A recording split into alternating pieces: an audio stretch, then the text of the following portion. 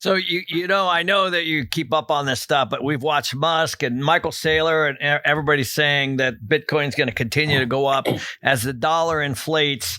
Now, this is really your strike zone. Obviously, they're kind of using this again, like the dollar for sure is going to inflate. I think we all agree on that. At least you and I do. Why are some of these big names jumping in now? We're seeing obviously MicroStrategy, Michael Saylor. We see Musk with Tesla. And but remember, that's hardly anybody. Yeah, there's Michael Saylor. Yeah, there's Elon Musk. But what percent of the S&P 500 CEOs are into Bitcoin? I mean, maybe it's just those two guys. I mean, you have a little bit with Square and Twitter. Jack Dorsey's controlling both companies, so I can throw him in there. But, Square is utilizing Bitcoin to some extent. So, I mean, there's a reason that they might be talking about it.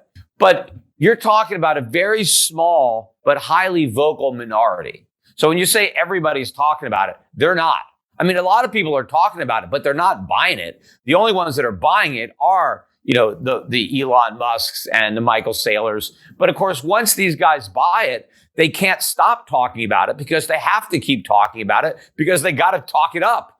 They've got to get more people to buy because there is no actual use case for Bitcoin. There's no real market for it like there is for gold.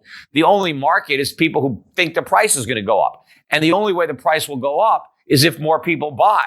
And the only way that people who already own it can get out of it is if they have new buyers to sell it to. So that's why Michael Saylor has to constantly pound the table. He does any interview. I mean, no matter who requests him, he will do any podcast, no matter how small. He is 24/7 Bitcoin promoter. I mean, who the hell's running MicroStrategy? I mean, maybe he's doing this whole thing as a distraction because maybe his software company is failing. And so he turned it into a Bitcoin ETF. And all he does is tout Bitcoin. That's his basic job now, is to try to pump this thing up. But once you get beyond these big pumpers, it's just a distraction for most companies. I mean, they look at it, but they've got nothing to do with it. And to answer your question about will it be an inflation hedge? No, I don't think it's an inflation hedge at all. I mean, I think people are marketing it as a hedge against inflation, but the reason gold is a hedge against inflation or anything like real estate or something like that is that those are real things.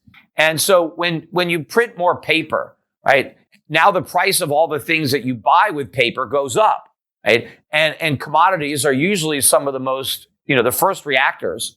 You print more money and now food gets more expensive or energy gets more expensive. But when you have gold, you're owning one of those commodities that is going to go up in price with inflation. As you print more money, you need more money to buy gold. You need more money to buy a house. You need more money to buy oil or wheat or copper or anything. So gold is an inflation hedge because it gets you out of paper into something real that has some kind of relationship to all the other commodities or other assets. But Bitcoin isn't real. It has no relationship to anything. There is no historic, metric that says how many Bitcoins should it take to buy a house? How many Bitcoins should it take, to buy an ounce of gold or a barrel of oil? I mean, there's no relationship, but you can go back over history and say, hey, how much should the average house cost in terms of gold? Right? How many ounces of gold should it take to buy a house?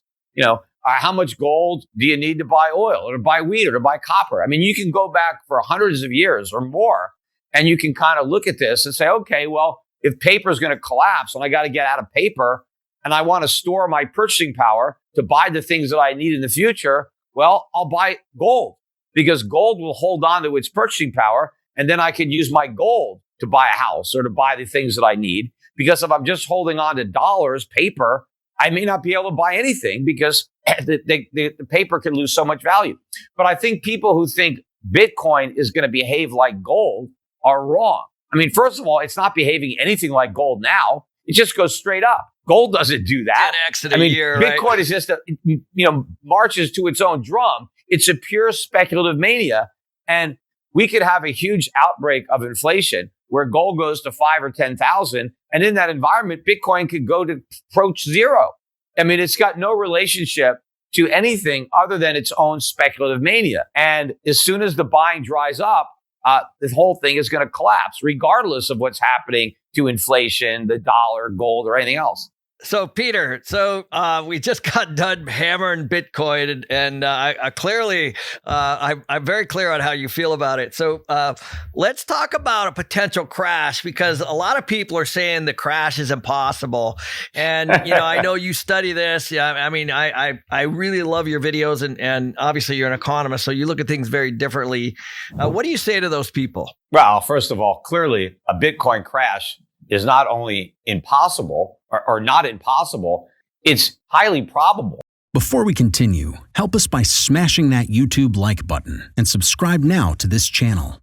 This shows the algorithm that you value the information, and it helps us spread this message. Sharing is caring. Please like and subscribe now. Thank you. And now let's continue.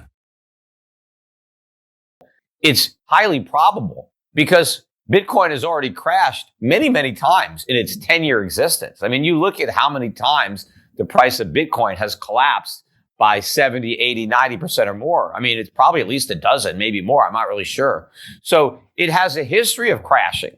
So I don't know why anybody in Bitcoin would say it can't crash. It's just that up until now, every time it's crashed, it's come back, right? So a lot of people are very complacent. They recognize that Bitcoin can crash at any moment, because obviously it's done it so many times in the past. But what they also expect to happen is that after it crashes, it comes back and makes a new high, because that's what it's done every time. But just because it's done that in the past, there is no guarantee that it's going to do that in the future. One of these days, Bitcoin is going to crash and it ain't going to come back, except you don't know which crash is the last and which crash is just another one in the cycle. And nobody will know for sure until probably many years into the future, looking back at the whole thing. And that is the big problem for these Bitcoin hodlers, right? The guys that are holding on and never sell, because they're so confident that every crash will recover. What happens when you have the last crash and it never recovers? They just hold and hope indefinitely. And then at some point, they keep throwing more good money after bad, expecting Bitcoin to recover, and it just keeps making new lows until they've lost all of their money. So I think a lot of people are going to be completely wiped out with Bitcoin, because they're just going to make the false assumption that just because Bitcoin has recovered from prior crashes, it's going to recover from every crash, because at some point it's going to crash for the last time and it's just going to keep on falling. Right. So let's talk a little bit about, the governments, right? Because they've been kind of sitting back and watching this. And I know, I think you probably saw that China created its own digital currency. It just came out this week. And, they now have a cyber, is it yuan? Is that how they say it? Yuan, I believe. Yeah, the yuan. Yeah. So they now have a cyber yuan, and the Fed is all over this issue.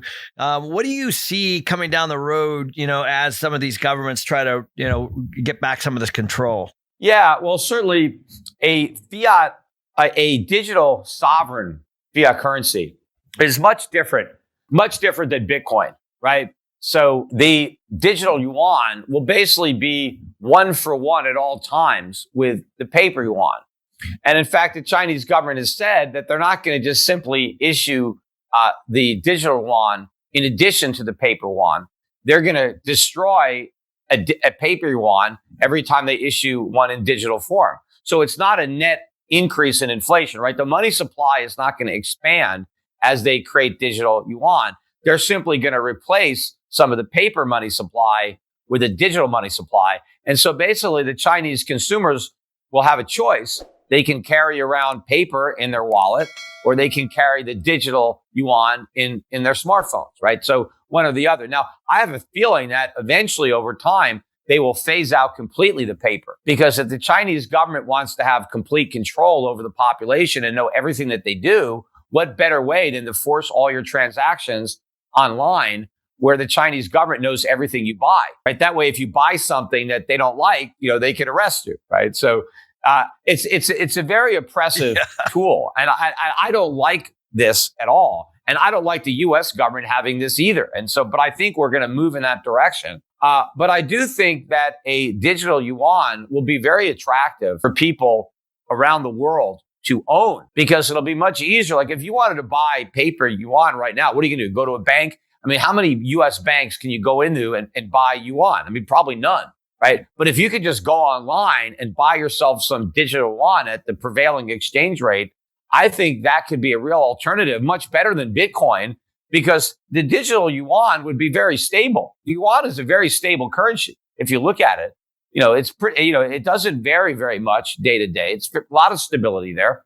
I think long term, it's a much better store of value than the dollar. But I think it can really elevate the yuan to be a more international currency to the extent that people anywhere in the world can decide they want to save Chinese yuan instead of their local currency. I mean, I think it's a much better alternative for people in high inflation countries that want to get out of their own fiat currency. Right now, maybe they would go to Bitcoin, which is extremely volatile and extremely expensive. The yuan would be far more stable and much cheaper to transact in. So I think it could ultimately be a big threat, not only to Bitcoin, but also to the US dollar, to the extent that we don't have a digital dollar and they've got a digital yuan, and more people want to own that instead of the dollar. Then again, it helps diminish the dollar's role.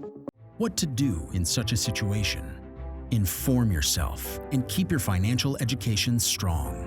We from the Compact Group offer our loyal subscribers a free educational portal with first-hand monetary, financial, and economic knowledge.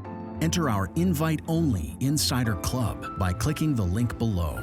You will get access to first-class information far earlier than the rest.